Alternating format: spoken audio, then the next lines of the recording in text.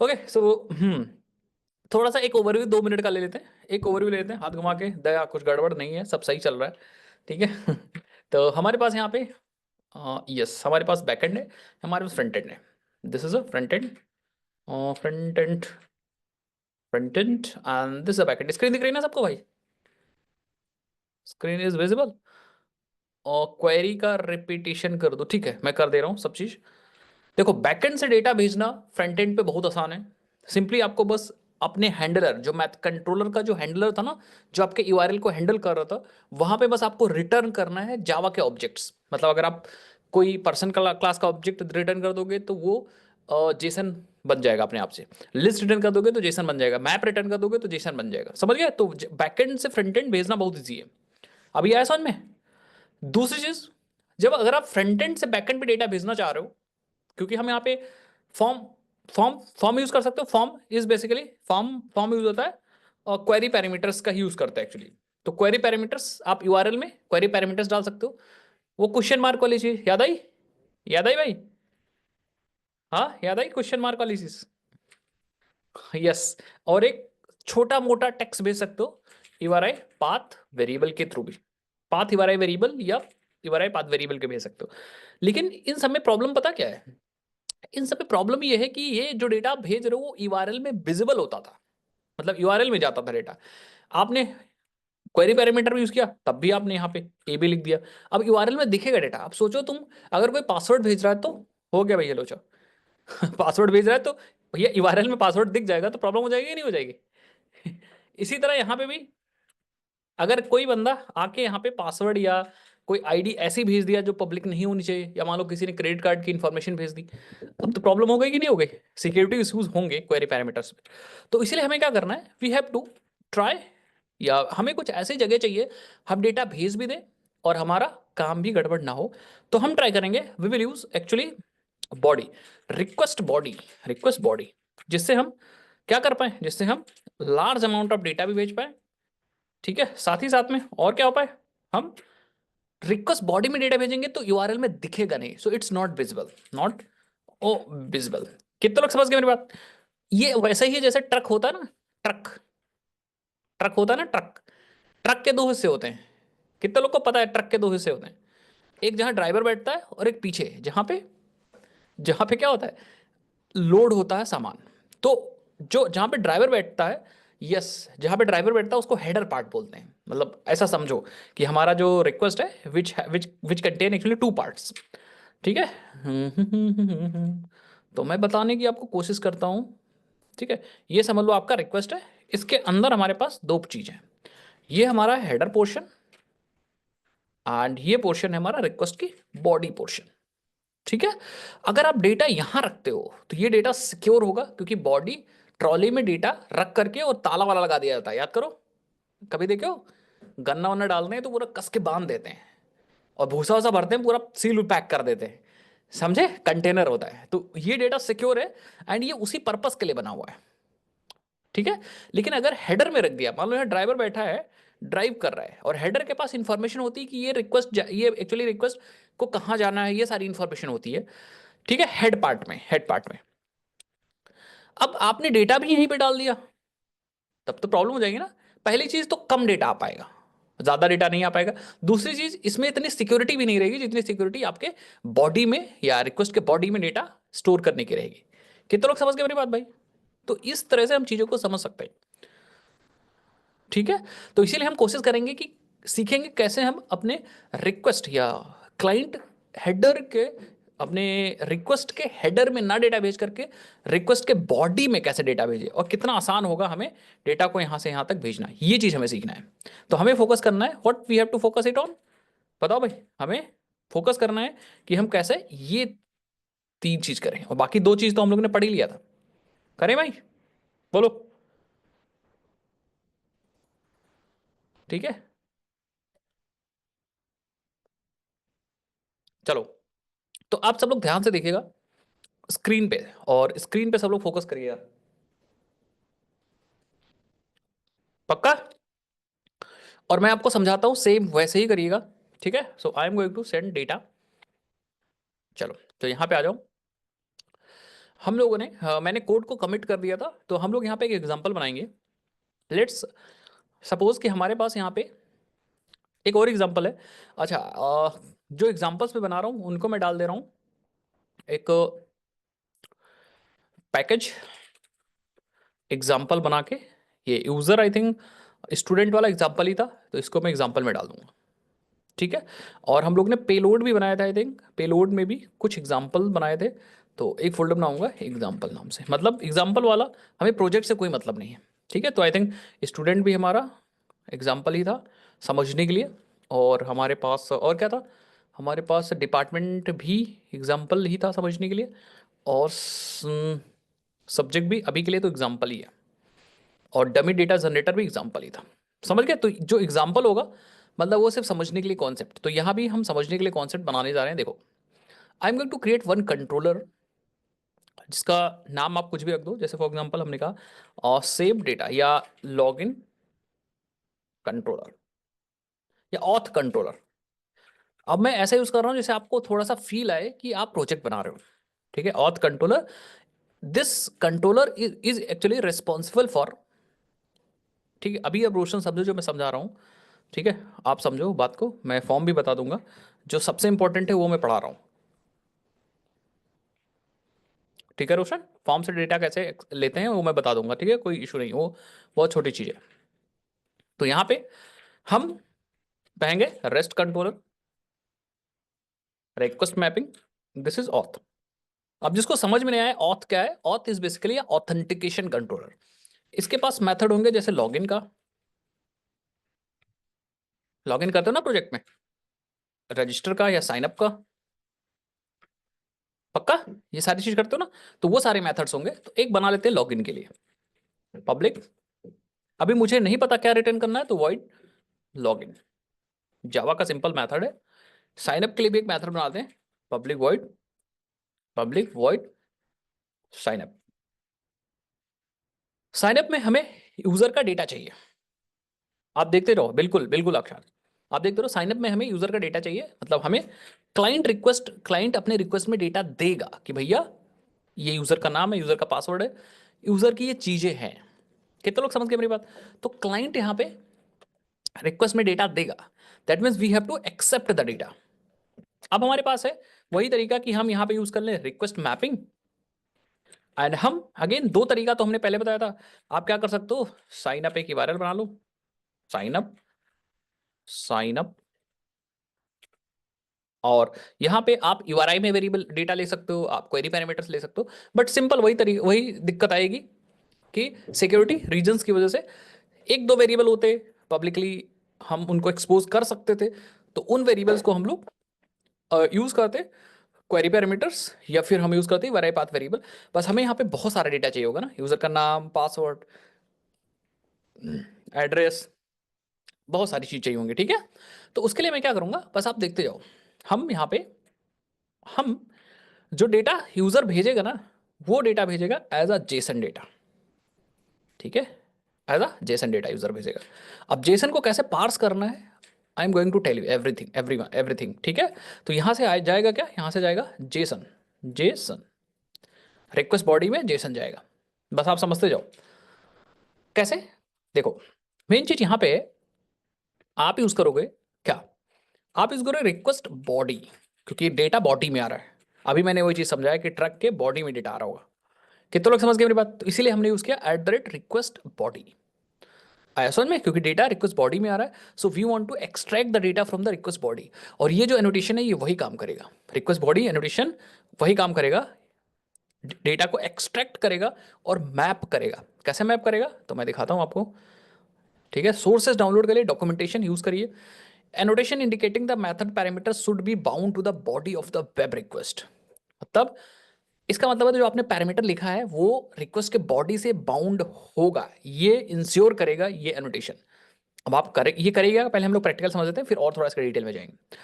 उसके बाद तरीका तो ये है कि आपको क्या एक्सेप्ट करना है उसका एक बना लीजिए आप DTO, बेसिकली ऑब्जेक्ट क्लास, ठीक है। तो हम कहेंगे ठीक है, हमारे पास एक एग्जाम्पल ले लेते हैं भाई, पेलोड में एग्जाम्पल में राइट क्लिक करते हैं और न्यू, और यहाँ पे एक क्लास बना लो यूजर डेटा, ठीक है, यूजर डेटा नाम से क्लास बना लिया। अब हमें क्या यूजर से लेना है वो सब चीज यहाँ पे आप मेंशन कर दो। प्राइवेट, हमने कहा चलो मुझे चाहिए एक यूजर का नाम, तो नेम आ जाएगा। ठीक है, प्राइवेट एज चाहिए, कितने लोग समझ पाए मेरी बात? प्राइवेट स्ट्रिंग ईमेल चाहिए, प्राइवेट स्ट्रिंग, और लास्ट चीज पासवर्ड ले लेते हैं बस, इतने चीज चाहिए। अब इसका आप बना लो getters and setters. By default एक कंस्ट्रक्टर होगा, डिफॉल्ट कंस्ट्रक्टर।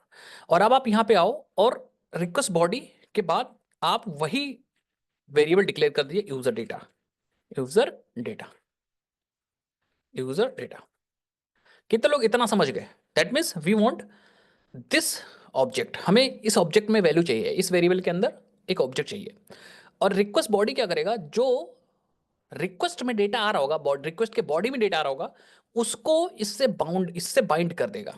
कहने का मतलब यहां पे समझो, आपने यहां पे बहुत सारे डेटा भेजा, तो रिक्वेस्ट बॉडी क्या करेगा, it will create the object of user data, और जो रिक्वेस्ट में डेटा आ रहा है वो इससे बाइंड कर देगा, मतलब इससे डेटा उठा के इसमें डाल देगा पूरा। और ये आपको ऑब्जेक्ट मिल जाएगा किसमें, इसमें यूजर डेटा के अंदर।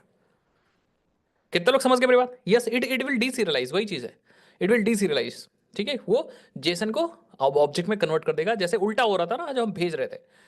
तो अब आप यहाँ पे सारा डेटा आ चुका होगा, मैं आपको दिखाता हूँ, एक एक करके दिखाता हूँ। सो एक काम करो, एक एक करके सारा प्रिंट कर दो।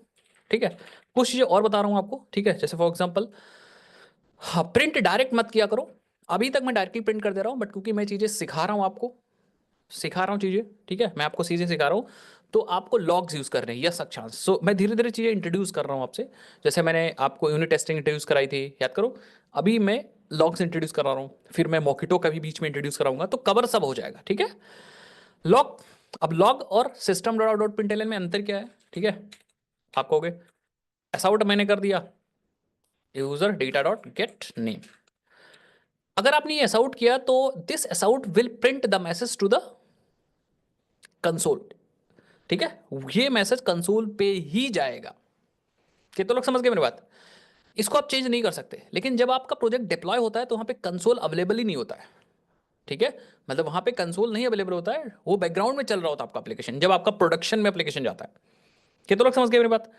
तो वहां पे आपको ये लॉग्स फाइल में दे लिखने होते हैं, मतलब फाइल में सेव करने के रखने होते हैं।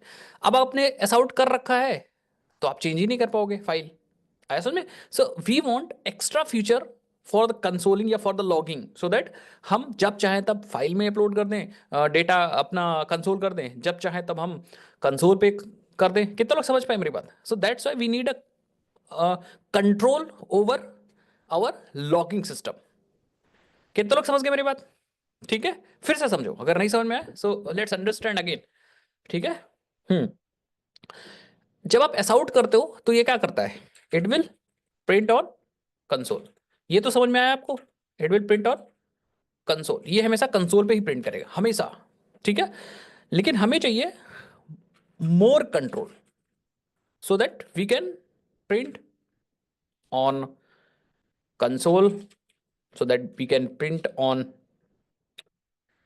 so that we can print on, yeah, log on file, we can log on any extra place, even we can change the format, हमें दूसरी तरह से प्रिंट करना है तो हम दूसरी तरह से प्रिंट कर लें, change the printing format, change printing format. तो ये सब जो चीजें हैं, ये सब चीज हमारा एसआउट नहीं देगा। सो मोर कंट्रोल के लिए we want logging framework, logging framework, जिससे हम ज्यादा कंट्रोल प्राप्त कर सकें या ज्यादा कंट्रोल हमें मिल सके अपने मैसेजेस को दिखाने के लिए। और भी चीजें हैं, कोई ऐसी बात नहीं सिर्फ तीन ही है। जैसे फॉर एग्जांपल बहुत सारे मैसेजेस होते हैं एरर वाले, तो वो दूसरे कलर से आए। बहुत सारे मैसेजेस होते हैं हमारे डीबग वाले, समझ गए? एरर वाले बहुत ज़्यादा इंपॉर्टेंट होते हैं, डीबग वाले हल्का कम इंपॉर्टेंट होते हैं। इसी तरह हमारे पास और भी बहुत सारे मैसेजेस होते हैं, जैसे फॉर एग्जांपल कुछ तो सिंपल ही होते हैं सिर्फ चेक करने के लिए, ट्रेस वाले। तो अलग अलग मैसेजेस को आइडेंटिफाई भी कर सको, तो ये एसआउट से तो कर नहीं सकते ना आप। कितने लोग समझ गए मेरी बात? हाँ, यस, इन्फॉर्मेशन भी होता है। एसआउट से तो सब एक ही जैसा प्रिंट होता है। कितने लोग समझे मेरी बात? So for if you use sout तो कंसोल पे प्रिंट होगा, एक ही जैसा प्रिंट होगा। बट इतनी सारी चीजें करने के लिए इससे भी ज्यादा फ्रेमवर्क्स हमें बेसिकली देते हैं कंट्रोल। तो इतनी सारी चीजें करने के लिए वी नीड क्या, लॉगिंग फ्रेमवर्क। और एक इंटरेस्टिंग बात बताऊं, स्प्रिंग बूट के अंदर ऑलरेडी वी हैव इनबिल्ट है, तो हमें अलग कहीं जाने की जरूरत भी नहीं, हमारे पास इनबिल्ट है फ्रेमवर्क, हमें बस यूज करना है। तो कितनी बढ़िया चीज है भाई। इसीलिए बोलते हैं कि स्प्रिंग बूट हमें प्रोडक्शन रेडी एप्लीकेशन बना के देता है, मतलब जो जो चीज़ आप चाहिए सब उसने कंबाइन किया और सब आपको दे दिया है। इतना तगड़ा एप्लीकेशन कोई और फ्रेमवर्क आपको बना के नहीं देता है। सब में अगर आप नोट जैसे यूज करोगे, you have to download and install the dependencies, configure it then use it. Python use करोगे वहां भी आप डिपेंडेंस इंस्टॉल करोगे, then you have to configure it, then you have to use it. इसमें सब चीज कॉन्फ़िगर्ड है जो रिक्वायर्ड है। अगर कुछ एक्स्ट्रा यूज भी करते हो तो वो भी ऑटो कॉन्फ़िगर हो जाता है। That's why, yes, that's why Spring Boot is amazing. चलो, तो हम कैसे यूज करेंगे, we will create a variable called logger, और लॉगर हमें चाहिए SLF4J का लॉगर चाहिए, लॉगर। एंड हमारे पास एक क्लास है that is a log factory class, ठीक है। इसके पास एक मेथड है गेट लॉगर, ये हमें लॉगर का ऑब्जेक्ट रिटर्न कर देता है। और आपको देखना क्या होता है, अपनी क्लास का लिटरल बेसिकली क्लास देना होता है कि ये किस क्लास से आपने लॉगर को गेट किया है। आया समझ में? तो हमने 3 स्टेप में निकाला। पहले तो क्लास का नाम लिखा क्योंकि स्टैटिक मेथड है, get logger is a method, और हमने अपने क्लास को दे दिया सो दैट ये पता रहे उसको कि ये लॉगर आपने किस क्लास से यूज किया है। तो जब भी आप इस लॉगर का यूज करोगे तो उस क्लास का नाम भी आपको कंसोल पे दिखेगा।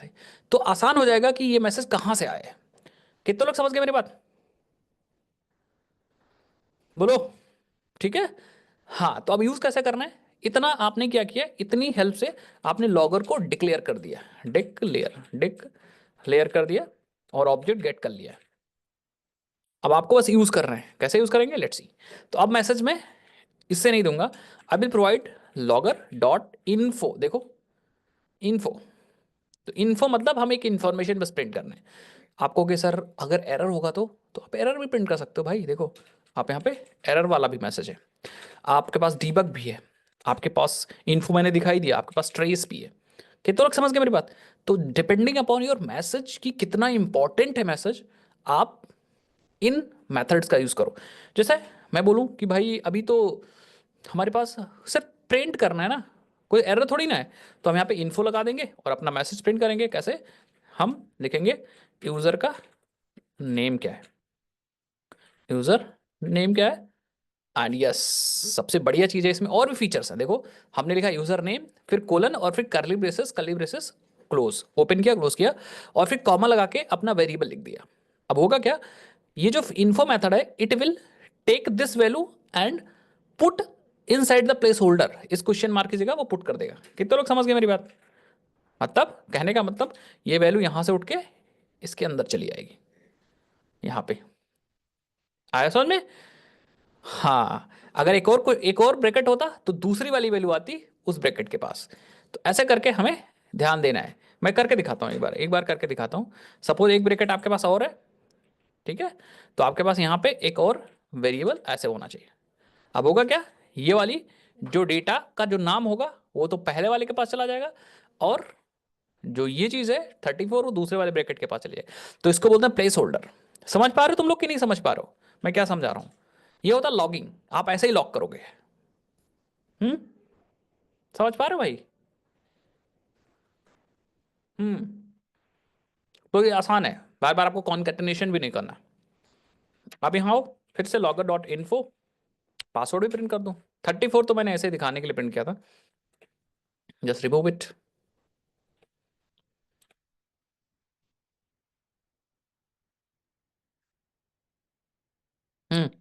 लॉगर डॉट इन्फो सब दिखा दूंगा, काहे टेंशन ले रहे हो। ईमेल भी आ गया, लॉगर डॉट इन्फो, और क्या बचा, पासवर्ड बचा ना, पासवर्ड भी आ गया बस।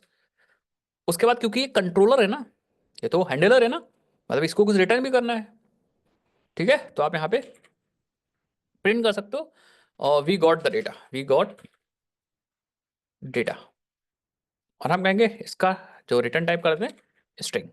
अब मैं आपसे पूछता हूँ, सब लोग बताइएगा। सब लोग बताइएगा। अच्छा, 4 चीज थी, क्या क्या था। आई थिंक एक और एज थी शायद,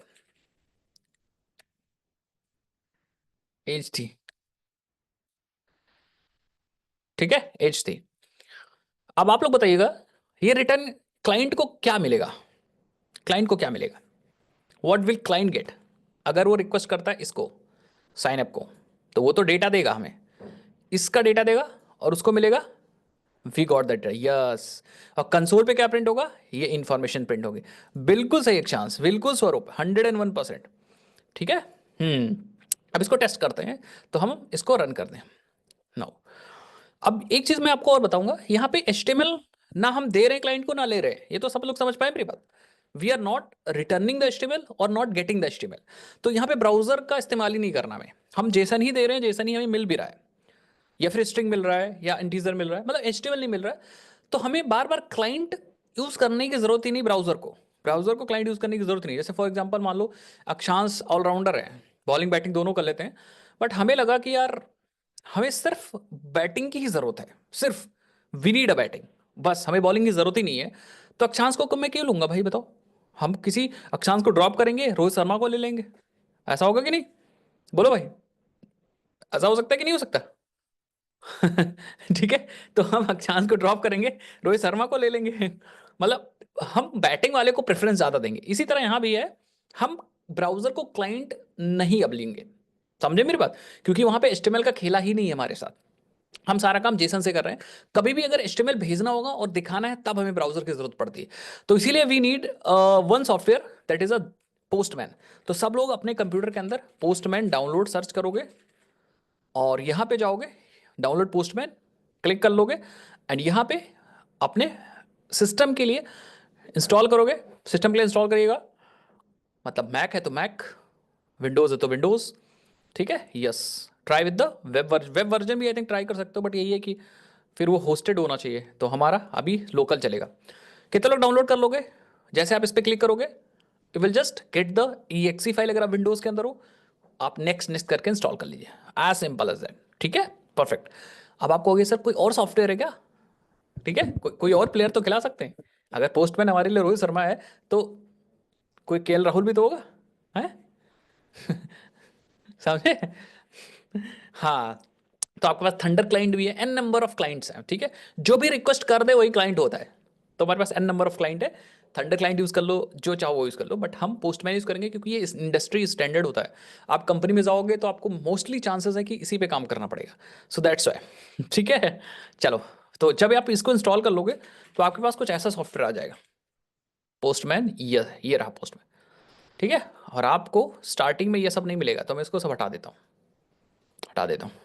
ठीक है, ऐसे मिलेगा, ऐसा कुछ आप सब कुछ करोगे। साइन इन भी आपको नहीं करना है, साइन इन वगैरह कुछ नहीं करना आपको, सिर्फ खोल लेना है। स्वैगर भी यूज कर सकते हो फॉर API डॉक्यूमेंटेशन, अभी हम लोग देखेंगे किसी दिन स्वैगर, ठीक है, सिक्योरिटी के बाद देखेंगे, वो अलग बात है, वो अलग मैटर है विवेक। उसके बाद आपको क्या करना है, पोस्टमैन भी यूज करने में टेक्निक है, ऐसा नहीं कि कोई भी यूज कर लेगा, मैं बताता हूँ।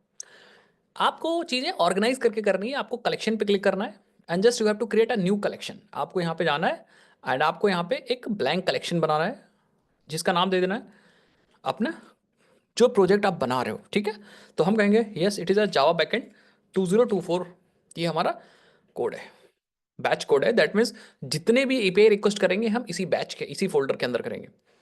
बाकी मैं कुछ भी बनाऊं प्रोजेक्ट, क्या फर्क पड़ता है, जैसे अभी हम एक अपना खुद का एप्लीकेशन बना रहे हैं, एक ड्रीम हाउस कोई प्रोजेक्ट है वो बना रहे हैं, इलेक्ट्रॉनिक स्टोर बना रहे हैं, ठीक है, माइक्रो सर्विस का कोई ऐप बना रहे हैं, एक ई लर्निंग एप्लीकेशन बना रहे हैं, तो I am working on many different projects.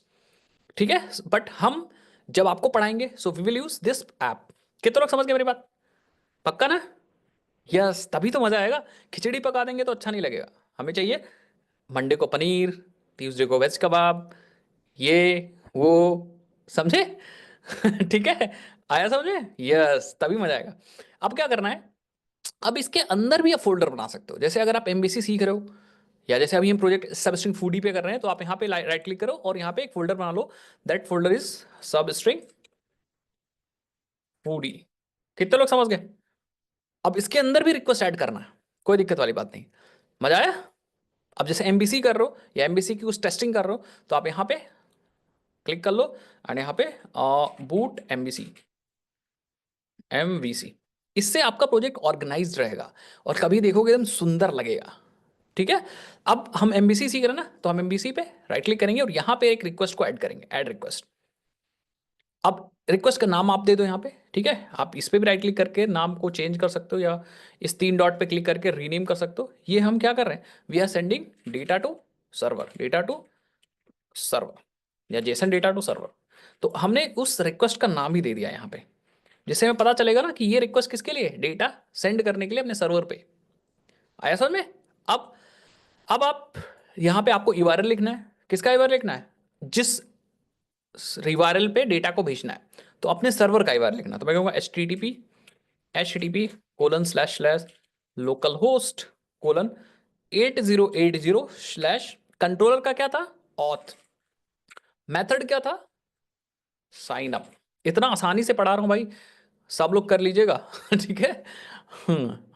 Yes, ऐसा में। अब अगर आप रिक्वेस्ट भेज दोगे ना, मैं सेंड करूं, अभी मैंने डेटा दिया नहीं है, मैं सेंड कर रहा हूं, कुछ गड़बड़ हो गया तो पहले आप चेक करो कि ऐसा गड़बड़ क्यों हो रहा है। ये आ रहा है ना इनवैलिड प्रोटोकॉल, तो आई थिंक HTTP, एक बार इसको चेक करो, डबल कोलन लग गया, इस कोलन को सिंगल कोलन में चेंज करो, सेंड किया। ये देखो, ये कह रहा है कि जो आपने रिक्वेस्ट भेजा है उसको पढ़ना सीखो भाई। यहां पे है हमारा रिक्वेस्ट, जो आप इधर से डालोगे डेटा, ये आपका रेस्पॉन्स विंडो, यहां पे आपका डेटा उधर से आ रहा है। तो ये कह रहा है कि 404 बैड रिक्वेस्ट आई है, मतलब बैड रिक्वेस्ट लिख रहा है, एरर आ रही है, बैड रिक्वेस्ट। इसका मतलब आपको कुछ रिक्वेस्ट के साथ भेजना था लेकिन आपने भेजा ही नहीं। आया समझ में? तो हमें डेटा भेजना था, तो डेटा कैसे भेजेंगे, डेटा भेजने के लिए हमारे पास यहाँ पे बहुत सारे ऑप्शन है। देखो, आप क्वेरी पैरामीटर्स ऐड कर सकते हो, ये वही क्वेरी पैरामीटर्स हैं। अगर आप जैसे यहाँ पे डालते हो, की में डाल देते हो और एम, तो ये देखो ऐड हो रहा है यहाँ पे अपने आप, तो ये हमें नहीं भेजना है। तो ये वो पहले वाला सिखाया था मैंने, आया समझ में? तो ये वाला चीज नहीं करना है, जस्ट दिस अनटिक कर दो इसको, और वी डोंट वांट दिस। हम यहाँ पे इस ये एरो कितने लोग देख पा रहे हो, ये एरो कितने लोग देख पा रहे हो, इस एरो पे क्लिक करेंगे और यहाँ पे ऑप्शन है हमारे पास body, we want to send data into request body, तो हम बॉडी पे क्लिक करेंगे। फिर बॉडी में भी अलग अलग तरीके का डेटा आप भेज सकते हो, इस पे क्लिक करो तो ये बताएगा कि आप क्या भेजना चाह रहे हो। बॉडी में आप फॉर्म डेटा भेजना चाह रहे हो, कि बॉडी में आप XWW form URL encoded data भेजना चाह रहे हो, कि रॉ भेजना चाह रहे हो, कि बाइनरी भेजना चाह रहे हो, क्या भेजना चाह रहे हो। तो बाइनरी मतलब कोई इमेज भेजना चाह रहे हो, तो मैं कहूँगा नहीं, मैं एक सिंपल रॉ डेटा भेजना चाह रहा हूँ। अब रॉ भी अलग अलग टाइप का हो सकता है, रॉ मतलब विदाउट फिल्टर, रॉ फुटेज होती है ना, तो रॉ भी अलग अलग टाइप का हो सकता है। रॉ सिंपल स्ट्रिंग भी हो सकती है, जावास्क्रिप्ट हो सकती है, रॉ में जेसन हो सकता है, रॉ एक HTML भी हो सकती है। तो हम लोग यहाँ पे XML भी हो सकती है, हम लोग जेसन चूज करेंगे। आया समझ में? आप खास बिल्कुल, अगर मैं क्लास में नहीं कराऊंगा तो I will provide the video for that, ठीक है। अगर कोई कॉन्सेप्ट बचता है तो I will provide the resource, मैं रिकॉर्ड करके खुद वीडियो दे दूंगा। इतना समझ पा रहे हो? तो अब हमें यहाँ पे डेटा देना है जेसन का, ठीक है, जेसन का डेटा हमें देना। तो जेसन बनाना आप सीख लो, कल बन के आ रहा था ऑटोमेटिक, आज सीख लो। हमें एक ऑब्जेक्ट चाहिए, तो हम ऑब्जेक्ट बनाते हैं ऐसे, दिखा सबको, थोड़ा जूम कर दूं सो दैट आप अच्छे से सीख पाओ इसको थोड़ा सा। यस, अब दिख रहा है सबको, दिख रहा है, ठीक है, यस। फॉर्म डेटा मीन्स की वैल्यू पेयर, उसमें भी की वैल्यू पेयर होता है। तो यहाँ पे हमें सबसे पहला जो की डालनी है वो डालनी है ये अपने यहाँ का, ये जो यूजर डेटा ना, ये सबसे पहला चीज नेम भेजना है, फिर एज भेजना है, फिर ईमेल, फिर पासवर्ड। आ जाओ यहाँ पे, पहले हमें नेम, जो कि स्ट्रिंग ही होगा, तो मैं कहूँगा नेम में पास कर दो, किसका नाम पास कर दो, विकास का ले लो, विकास शर्मा, शर्मा। फिर एज ले लो, कितनी साल की एज है भाई, 65। हाँ विकास बुरा मत मानना भाई ठीक है। Email and password, email, email is vikas@gmail.com, और कॉमा लगा के पासवर्ड ABC कुछ दे दो, ठीक है। 25 कर दो, वरना विकास कहेंगे सर तो मुझे मेरी एज बढ़ा दी है, मतलब नाराज हो जाएंगे, ठीक है कितने लोग ये डेटा समझ पा रहे हो, थोड़ा सा ध्यान से देखो, मैं 2 मिनट का टाइम दे रहा हूं आपको। कितने लोग ये डेटा समझ पा रहे हो? बहुत आसान है, ये है कि फिर कोलन और उसकी वैल्यू, सिंपल, कॉमा, मतलब दूसरी एंट्री आने जा रही है, दूसरी की दूसरी वैल्यू, मैंने बताया था इंटीजर इंटीजर हो सकता है, स्ट्रिंग स्ट्रिंग होती है, तीसरी वैल्यू की तीसरी वैल्यू, चौथी की चौथी value, that becomes a Jason object, ठीक है। या it is type of payload, ये हमारा पेलोड ही है। सर ये आप पेलोड रेडी कर रहे हो ना? यस संतन, 101%। और गेट पोस्ट में भी आते हैं ऋषभ, गेट पोस्ट में भी आते हैं। अभी आप यहाँ पे डेटा क्रिएट कर लीजिए, एंड अब आप data, after creating the data just hit the send button, and यहाँ पे देखो आ गया वी गॉट द डेटा। इसका मतलब आपने डेटा को जेसन में भेज दिया है। ये डेटा आपके बॉडी में गया है, यहाँ पे आप इंफॉर्मेशन को चेक कर सकते हो। ये रिक्वेस्ट के बॉडी में गया है, विच ऑफ, जो जो किस टाइप का है, which is of type Jason. आया समझ में?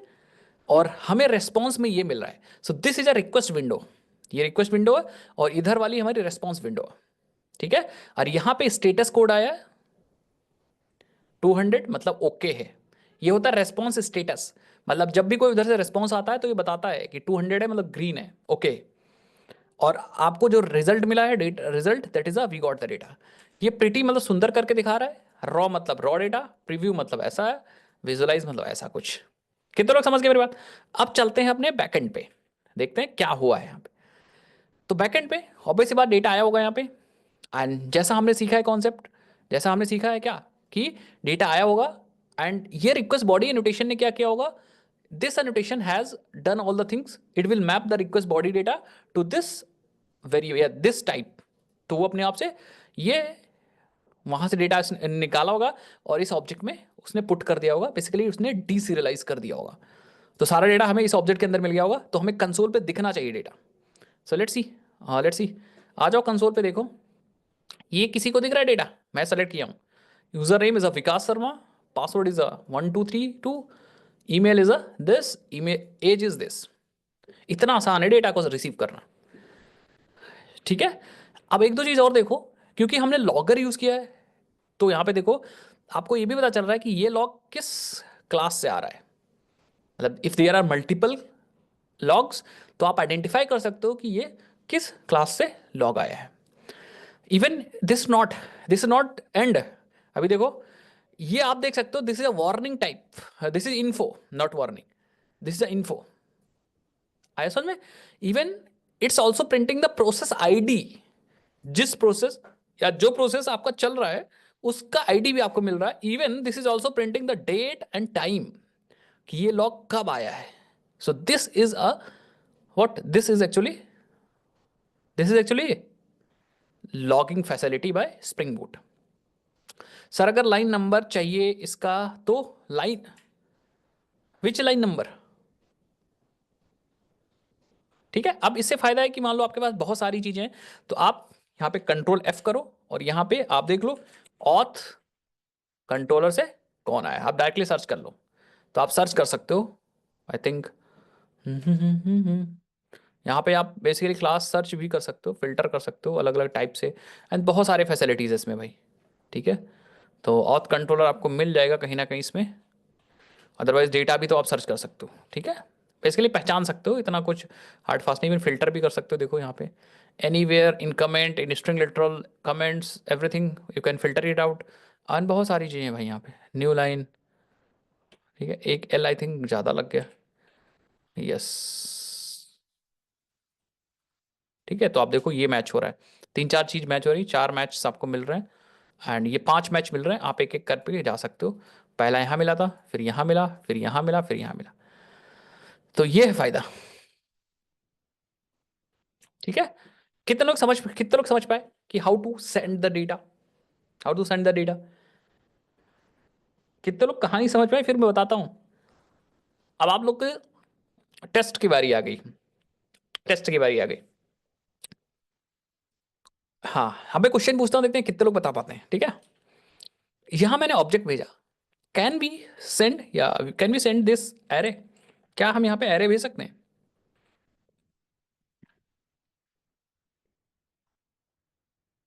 और अगर एरे भेज सकते हैं तो हमें यहाँ पे कैसे गेट करना होगा? कितने लोग देखते हैं, दिमाग लगा के बता सकते हैं?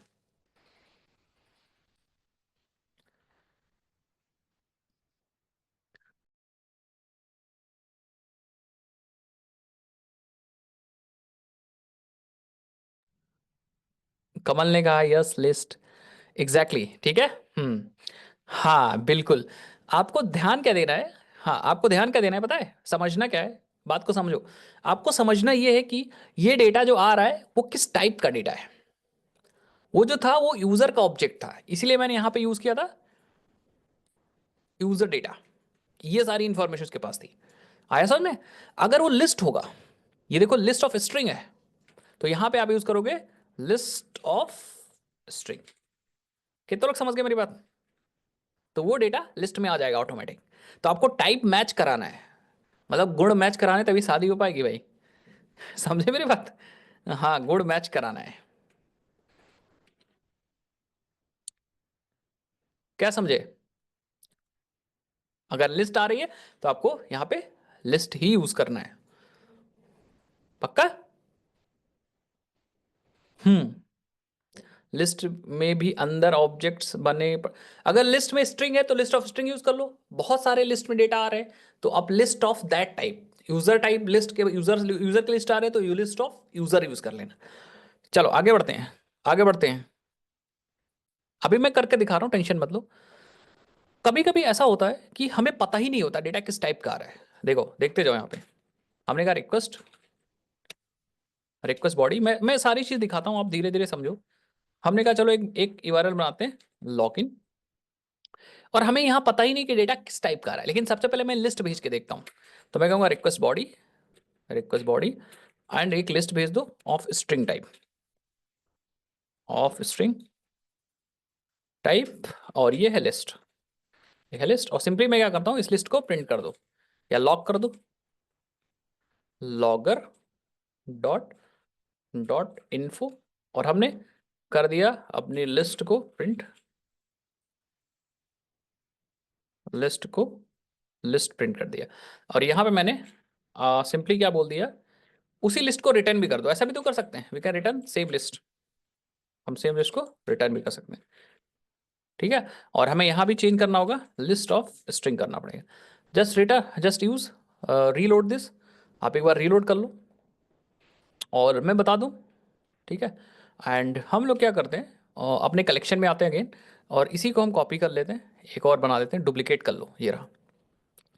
एंड यहाँ पे लिख दो जेसन डेटा टू, इसकी जगह पे आप कर दो जेसन डेटा टू सर्वर, और बस यहाँ पे 1 दे दो। ठीक है, इस पर डबल क्लिक करके इसी को ओपन कर लो। अब यहाँ पे हो गया लॉगिन। और अब हमारे बॉडी में लिस्ट भेजने वाले हैं हम लोग। ठीक है, सेंड करो। ये देखो वही लिस्ट यहाँ आ गई, इसका मतलब डेटा पहुंच रहा है, तभी तो सर्वर पे गई लिस्ट यहाँ पे आई। कितने लोग समझ गए मेरी बात? और अगर आप आके यहाँ पे चेक करो ना, तो आपके कंसोल में भी ये देखो लिस्ट मिल रही है। हो गया ना? मैं हो गई ना बढ़िया चीज। अच्छा, और भी चीज मैं दिखाता हूँ आपको इंटरेस्टिंग।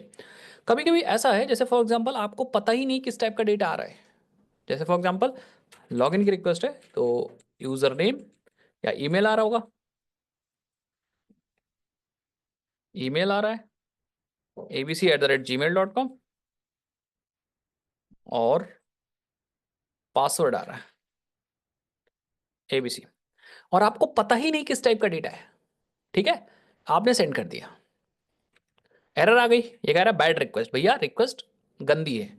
क्यों गंदी है? क्योंकि डेटा गलत मिसमैच हो रहा है। ये देखो जेसन पार्स एरर, मतलब ये रिक्वेस्ट बॉडी डेटा को जेसन में कन्वर्ट किया, जेसन को जावा ऑब्जेक्ट में कन्वर्ट किया, और इसमें पुट नहीं कर पाया। पता है क्यों? क्योंकि यहाँ पे ऑब्जेक्ट है और यहाँ पे लिस्ट है, मिसमैच हो गया।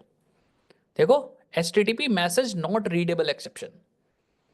समझ गए? तो इसका मतलब हमें यहाँ पे डेटा आ रहा है और हम टाइप हमने गलत पास किया है, इसीलिए फिट नहीं बैठ रहा है। कितने लोग समझ गए मेरी बात? यस, डीसीरियलाइज नहीं हो पा रहा है। तो कभी ये एरर आएगी तो आप समझ जाइएगा डीसीरियलाइजेशन में दिक्कत है।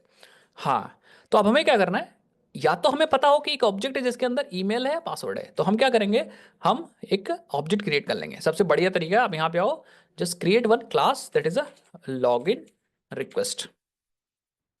और इस क्लास के अंदर हमारे पास यूजर नेम पासवर्ड है, ईमेल था ना, तो ईमेल पासवर्ड कर दो और गेटर स्टेटस बना लो। सबसे बढ़िया तरीका, बना लिया। अब इसी क्लास को यहाँ पे यूज कर लो, यहाँ पे आ जाओ, use this class as a type, क्या, अ लॉगिन रिक्वेस्ट। और अब आपको यहाँ पे लॉगिन रिक्वेस्ट मिल जाएगा। वेरिएबल तो लिया ही नहीं मैंने, लॉग इन रिक्वेस्ट, और यहाँ भी आप लॉग इन रिक्वेस्ट, एंड यहाँ भी आप लॉग इन रिक्वेस्ट कर लो, एंड सेम डेटा आप यहाँ से रिटर्न भी कर सकते हो, वो तो आपकी मर्जी है करना है कि नहीं करना। और डेटा टाइप भी आपको यहाँ से चेंज करके लॉग इन रिक्वेस्ट कर दिए। सेव करिए, रीरन करिए, और आइए यहाँ पे सेंड करिए। ये देखो आ गया डेटा। इसका मतलब परफेक्टली डेटा यहाँ से यहाँ तक भेज दिया गया। आप यहाँ भी चेक करो आके अपने कंसोल पे, ये देखो आपको एक पेलोड मिल रहा है लॉगिन रिक्वेस्ट का, दैट मीन्स डेटा आ रहा है प्रॉपरली। कितने लोग समझ गए मेरी बात? अच्छा, कभी कभी ऐसा भी हो सकता है, पता क्या, कभी कभी ऐसा भी हो सकता है कि आपको यही नहीं पता कि ईमेल, उसकी प्रॉपर्टीज ही नहीं पता, ईमेल है कि पासवर्ड है। ऐसा हो सकता है ना, आपको प्रॉपर्टीज ही नहीं पता कि यूजर नेम है कि ईमेल है, क्या है उसके अंदर, लेकिन आपको ये पता कि ऑब्जेक्ट है। सो इन दैट केस आप यहाँ पे मैप यूज कर सकते हो। आप यहाँ पे मैप यूज कर सकते हो। की तो ऑलवेज स्ट्रिंग ही होगी। ऑब्जेक्ट आपको नहीं पता किस टाइप का है या क्या है टाइप, तो आप इसको ऑब्जेक्ट यूज कर सकते हो आप यहाँ पे डेटा। ओके, सो आप यहाँ पे आप डेटा यूज कर लो and go for data and go for map. तो मैप भी की वैल्यू पेयर दे देगा। ऐसा ना, तो इसका मतलब है आपको पता ही नहीं था कि उसके अंदर ईमेल है कि पासवर्ड है कि क्या है, बट आपको ये पता था कि इट इज ऑब्जेक्ट। ठीक है, तो ये जनरल चीज है, सबके लिए चलेगा, but it is not recommended कि आप ये यूज करो। चलेगा तो ये भी, ये देखो, ये देखो, ठीक है। एंड यहाँ भी आपको डेटा मिल गया, देखो मैप में डेटा आपको मिल गया। तो मैप भी यूज कर सकते हो फॉर जेनरिक पर्पस। लिस्ट आप लिस्ट के लिए यूज करो, बट सबसे बढ़िया है कि आप अपना खुद का टाइप यूज करो, जिससे आपने बनाया तो आपको पता है। क्योंकि भाई अब देखो, अब इस डेटा में से आपको निकालना है ईमेल, तो भाई कैसे निकालोगे ना आप, क्योंकि आपको तो की पता ही नहीं थी। तो आप फिर एक एक करके लूप करोगे फिर निकालोगे। और आपके पास अगर लॉगिन रिक्वेस्ट होगी तो आप directly login request dot gate user name gate password कर पाओगे। तो ये तरीका है, आप कर सकते हो इफ नीडेड, अदरवाइज कोई बात नहीं है, छोड़ भी सकते हो। कितने लोग समझ गए मेरी बात? बोलो, बोलो। सर एक बार बताना, इनम के, इनम इट्स नॉट कि इनम क्या है, इनम तो सिर्फ वैल्यू है अक्षांश। ठीक है, enum is a value, constant values. तो डेटा जब आएगा तो आपको ऑब्जेक्ट के अंदर स्टोर करना पड़ेगा, देयर इज नो वे कि आप इनम यूज करो वहां पे। ठीक है, इनम अभी यूज करेंगे जब रोल वगैरह स्टोर करेंगे। मैप, मैप ऐसा समझो कि ये जनरल बाल्टी है, इसमें डेटा भर सकते हो। ये जेनरिक है, मतलब इसमें आप आपको जरूरत पड़ गई तो आपने इसके अंदर पानी भी रख लिया, इसके अंदर दूध भी रख लिया, इसके अंदर शराब भी रख लिया। समझ गए ना? तो ये मैप है। Map can store any type of object, की वैल्यू पेयर। इसीलिए मैंने यहाँ पे डेटा लिख रखा है map. But it is better idea या इट इज़ गुड आइडिया कि आप अलग बाल्टी बनाओ जिसके अंदर पानी रखो, अलग बाल्टी बनाओ जिसके अंदर मिल्क रखो, और अलग बाल्टी बनाओ अलग सामान रखने के लिए। समझ गए ना सब लोग? समझ गया ना? हाँ, तो वो बेस्ट तरीका है कि आप खुद से यू कैन क्रिएट इट। इतना कहानी समझ में आ गई? अब ये आप समझ गए ना कि how to send the data from client to server, JSON data, और सर्वर से यहाँ भेजने के लिए भी आप समझ गए, मतलब सर्वर से आप उल्टा भी भेज सकते हो। इतना कहानी समझ गए? सो बस अब हमारा डेटा सेंडिंग, ये तीनों तरीका, ये अगर आप देखो तो मैंने तीनों चीज समझा दी। लेट्स नाउ डिस्कस ये चीज, query param, path variable and request body के अंदर बड़ा डेटा कैसे भेजना है, और ये डेटा कैसे। Sir explain use of DTO class. DTO is nothing but Java class, simple. जैसे मैंने अभी लॉगिन रिक्वेस्ट बनाया, तो आप डीटीओ को कुछ एक्स्ट्रा मत मानो। ठीक है मनोज, अगर इसी क्लास का नाम मैं डीटीओ दे देता, यूजर डेटा ना, चलो भाई, डीटीओ इज नथिंग बट हुआ बन गया है सबके सामने। यूजर डेटा की जगह यूजर डीटीओ में रखने जा रहा हूँ उसका नाम। लो हो गया, बस इसको यूजर डीटीओ कर दिया मैंने। अब यहाँ यहाँ भी यूजर डीटीओ कर दो, है तो ये जावा क्लास ही। ऐसे समझोगे तो आप अच्छे समझ पाओगे। और ठीक है, यहाँ भी कर दो, यहाँ भी कर दो, यहाँ भी कर दो, यूजर डीटीओ, बस हो गया, हो गया डीटीओ। अब आपने यहाँ पे DTO, DTO data transfer object, ये जावा ऑब्जेक्ट ही है भाई, इसमें कुछ नई चीज नहीं है। ये क्लास ही है जिसके ऑब्जेक्ट में हम डेटा रख रहे हैं, बस इसको ट्रांसफर कर सकते हैं कहीं भी जरूरत पड़ने पे। आया समझ में अब? हम्म, समझ गया ना सब लोग? आगे बढ़े भाई, थोड़ा सा आगे बढ़ते हैं, अदरवाइज लेट हो जाएगा काफी, मतलब पढ़ते हैं। सो डेटा ट्रांसफर समझ गए सब लोग। अब आप इसको सब पढ़ सकते हो कि रिक्वेस्ट बॉडी क्या करता है। तो सब लोग क्या करिएगा, जब आप रिक्वेस्ट बॉडी यूज किया आपने, तो वहां पे आप अपने सिस्टम में कंट्रोल क्लिक दबाइएगा। अगर आप मैक यूज करो तो कमांड क्लिक दबाइएगा, आपके पास रिक्वेस्ट बॉडी की डॉक्यूमेंटेशन खुल जाएगी और ऊपर पढ़िएगा, और यहाँ डाउनलोड सोर्सेज आएगा तो उसको डाउनलोड पे क्लिक कर दीजिएगा। तो यहाँ पे आप पढ़िएगा तो आप समझ जाओगे कि annotation indicating a method parameter should be bound to the body of the web request. मतलब ये एनोटेशन हमें ये बताता है कि जो मेथड के पैरामीटर है वो बाउंड है वेब रिक्वेस्ट से, मतलब बाइंड करता है। अब देखो, the body of the request is passed through HTTP message converter to resolve the method argument depending upon the content type of the request. सबसे बढ़िया चीज यही है, the body of the request, मतलब जो बॉडी है रिक्वेस्ट की वो पास की जाती है HTTP मैसेज कन्वर्टर के थ्रू। क्यों? To resolve the method argument depending on the content of the request. मतलब बेसिकली HTTP मैसेज कन्वर्टर क्या करता है, वही काम करता है, रिक्वेस्ट बॉडी को लेता है और वो वैल्यू को डाल देता है, ऑब्जेक्ट की वैल्यू में डाल देता है। ऐसा में ऑप्शनलिंग ऑटोमेटिक, ये तो वैलिडेशन भी मैं बताऊंगा। इतना समझ गए? तो ये जो है ये क्लास इज वेरी इंपॉर्टेंट। इस पे भी क्लिक करके देख सकते हो, ये इंटरफेस है बेसिकली। अरे ये क्या करता है, ये बेसिकली हमारा कन्वर्टर है तो कन्वर्ट ही कर रहा होगा। Strategy interface for converting from and to, मतलब जेसन टू ऑब्जेक्ट और object to JSON, HTTP request and responses. समझ गए ना? तो ये वही काम करता है। आपसे कोई इंटरव्यू पूछ भी सकता है कि वो कौन सा इंटरफेस है that is responsible for converting the JSON to object, या ऑब्जेक्ट या HTTP request to object and object to response. तो ये काम करने के लिए हमें ये वाला इंटरफेस की जरूरत पड़ती है, HTTP मैसेज कन्वर्टर। ठीक है।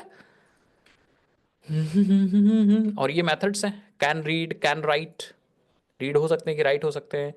ठीक है, गेट सपोर्टेड मीडिया टाइप्स। तो ये सारे मेथड्स हैं, इनको ज़्यादा जानने की जरूरत नहीं, बट हाँ अगर आप डीप में जानना चाह रहे हो तो थोड़ा सा पढ़ाई करिएगा इनके बारे में। चलो भाई, इतनी कहानी हो गई ना। अब बहुत सारे सवाल उठते हैं, बहुत सारे सवाल उठते हैं। वो कोई बताएगा कौन से सवाल उठते हैं? मैं बताता हूँ। सवाल उठते हैं कि मेथड्स, क्लाइंट जब डेटा भेज रहा है तो वो कैसे बताएगा कि हमें डेटा डेटा चाहिए, कि हम डेटा आपको दे रहे हैं, या डेटा अपडेट करना है या क्रिएट करना है। कहानी अभी शुरू खत्म नहीं हुई, अब शुरू हो गई। ये हमारा क्लाइंट है, ये हमारा सर्वर है। ठीक है, क्लाइंट डेटा भेज पा रहा है, बट क्लाइंट के इंटेंशन कैसे पता लगाएंगे हम लोग? बताओ भाई। हाँ, क्लाइंट के इंटेंशन कैसे पता लगाएंगे कि वो क्या करना चाह रहा है? डेटा गेट करना चाह रहा है कि डेटा पोस्ट मतलब क्रिएट करना चाह रहा है, कि डेटा को अपडेट करना चाह रहा है? समझ पा रहे हो सब लोग मेरी बात? जैसे आप जाते हो कहीं, कहीं भी जा गए आप किसी के घर, अपने दोस्त के घर, तो आपके इंटेंशन, आपको कुछ चाहिए या आप कुछ देने आए हो, कैसे पता चलेगा? यस, यस, सब लोग सही बोल रहे हो। पहली चीज तो यूआरएल हमें बताता है कि आप रिक्वेस्ट कहाँ भेज रहे हो, वो इंटेंशन नहीं बताता है। ठीक है, यूआरएल मतलब बेसिकली, यूआरएल का नाम ही है यूनिफॉर्म रिसोर्स लोकेटर, या फिर यूआरआई बोलते हैं, यूनिफॉर्म रिसोर्स आइडेंटिफायर, मतलब वो आइडेंटिफाई करता है रिसोर्स को। ठीक है, हम एक्स्ट्रा इंफॉर्मेशन उस रिक्वेस्ट के साथ भेजते हैं, that is a HTTP method. ठीक है, we send extra information, HTTP method इसको बोलते हैं। अब ये मैथड गेट भी हो सकता है, ये मैथड पोस्ट भी हो सकता है, ये मेथड पुट भी हो सकता है, ये मेथड पैच भी हो सकता है, ये मेथड डिलीट भी हो सकता है। देयर आर मेनी मेथड्स, इनको बोलते हैं HTTP मेथड्स। ये बताते क्या हैं? ये वही बताते हैं कि HTTP रिक्वेस्ट की इंटेंशन क्या है। कितने लोग समझ गए मेरी बात? What is actually intention of the HTTP call? जो आप कॉल कर रहे हो उसका इंटेंशन क्या है? अगर गेट मेथड यूज हो रहा है, इसका मतलब जो रिक्वेस्ट गई है that want some data, that want some data. अभी आया समझ में? पोस्ट अगर यूज की गई है, that means request doesn't want any data, it is actually for creating the data. वो डेटा लेके आ रही है, and that request is actually, that request is actually create data on the server. तो वो रिक्वेस्ट डेटा को create करेगी। Put is for updating the data. That means whenever any user will send the request with the put method, that means the intention of the user, yeah, intention of the client is to update the data, and user will pass updated information inside the request with the put method. कितने लोग समझ पाए? Suppose the client is using delete HTTP method with the request, then client wants to delete the resource on the server because client is using delete HTTP method. अभी आया समझ में? So what is the conclusion of this HTTP methods? What is the conclusion of this HTTP methods? HTTP methods indicates what client wants. What is the intention of the request? Are you getting my point, everyone? ठीक है. अब the question comes in your mind कि how many methods are there and where is the documentation. तो आप कहोगे, आप Google पे जाओगे और यहाँ पे टाइप करोगे HTTP methods. Just type HTTP method here, HTTP methods, and you will get the documentation, the website called MDN Web Docs. This is very important website and it is very useful also. ठीक है, आप इसको open करोगे, just open this website and you will get all the documentation related to the HTTP request methods, and you will here you will also get all the detail about this. आपको सारी चीज यहाँ पे मिल जाएगी and just go through this page once to just get all the information about HTTP methods and clear all the confusion. जो भी आपके पास confusion है just clear from here. आप देखो HTTP defines a request methods. तो HTTP कुछ request methods define करता है. Indicate क्या करते हैं? The purpose of the request. यही मैं बता रहा था, intention क्या है, ठीक है, purpose, उस request का purpose क्या है, and what is the expected if request is successful. Although they can be a noun. अच्छा ये सब अलग बात है. नीचे देखो, get कब आप यूज करोगे?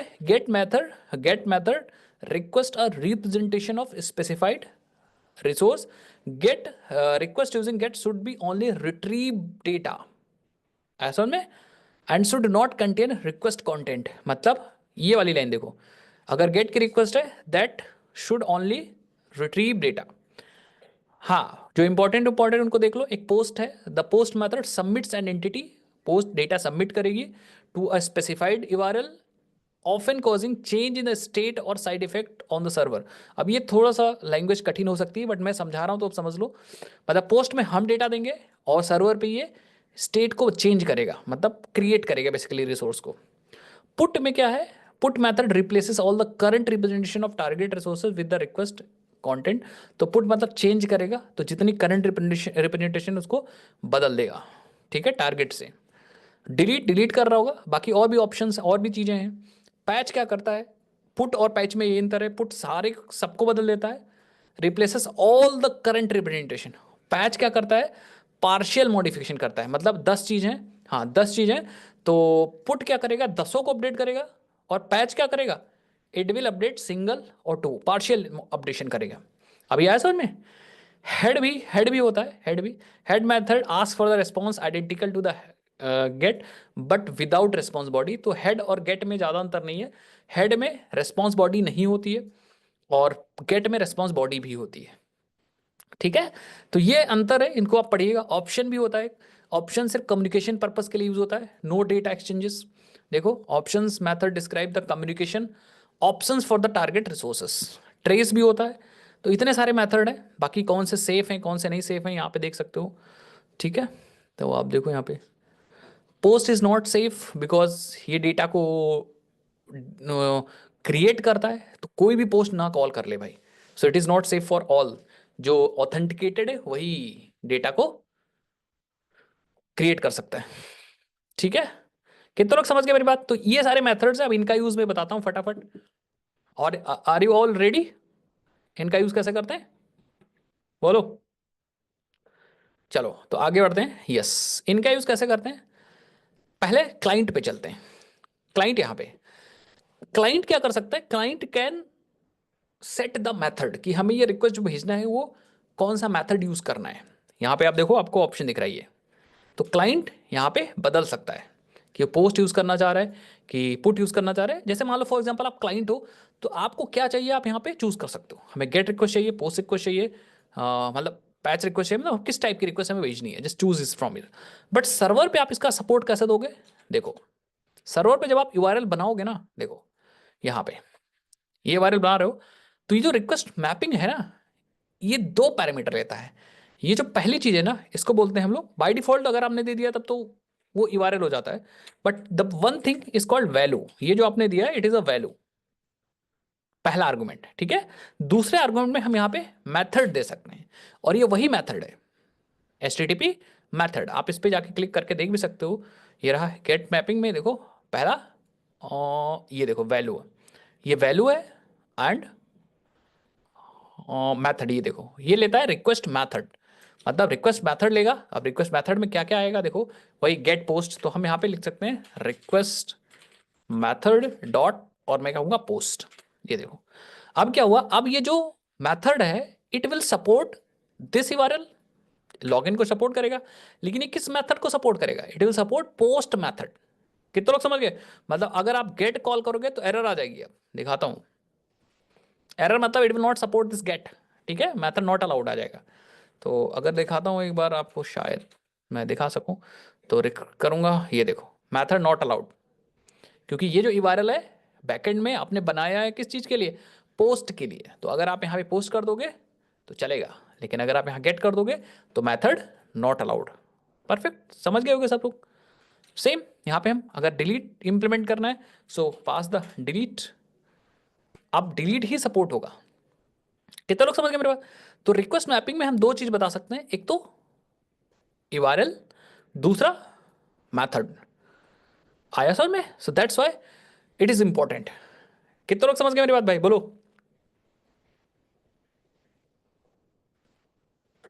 सब लोग समझ गए?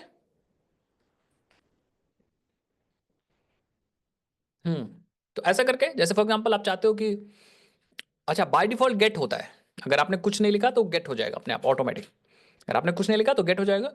अगर चाहो तो ज्यादा लिखने का मन हो तो आप लिख सकते हो, ठीक है। सो इफ यू ज्यादा लिखने का मतलब लिख सकते हो, एक ही चीज है, बाय डिफॉल्ट गेट होता है। अगर इसको पोस्ट करना है तो just go to here and value, अच्छा पाथ भी लिख सकते हो, आपकी मर्जी है, पाथ और वैल्यू एक ही चीज होती है। Value sign up and method में पोस्ट लिख दो। समझ गए सब लोग? तो इस तरह से अब जो साइन अप है that will support post, and जो लॉगिन है वो गेट को सपोर्ट करेगा। देखो आ जाओ यहाँ, ये हमारा कौन सा है, ये हमारा साइन अप था ना, ये लॉगिन था, तो लॉगिन गेट को सपोर्ट कर रहा है, और ये वाला जो था आई थिंक साइन अप, हाँ ये सपोर्ट करेगा पोस्ट को। तो पोस्ट पे जाओ एंड ये देखो बैड रिक्वेस्ट जा रही क्यों, अच्छा अच्छा, साइन अप में आई थिंक हम लोगों ने डेटा टाइप गलत लिख रखा है, हमें यूज़र डीटीओ भेजना है आई थिंक साइन अप में, हाँ साइन अप में हमें यूज़र डीटीओ भेजना है। तो लेट्स सी, हाँ ये है, yes we got the data.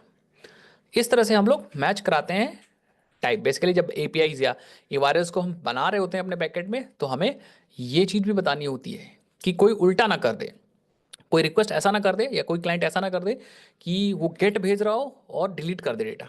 तो हमें जब अगर साइनअप कराना है तो वी हैव टू पोस्ट, मतलब यहाँ पे स्टेट चेंज हो रही ना, साइनअप होगा तो डेटाबेस में चेंजेस होंगे, क्रिएट होगा, इसका मतलब हम पोस्ट यूज करेंगे।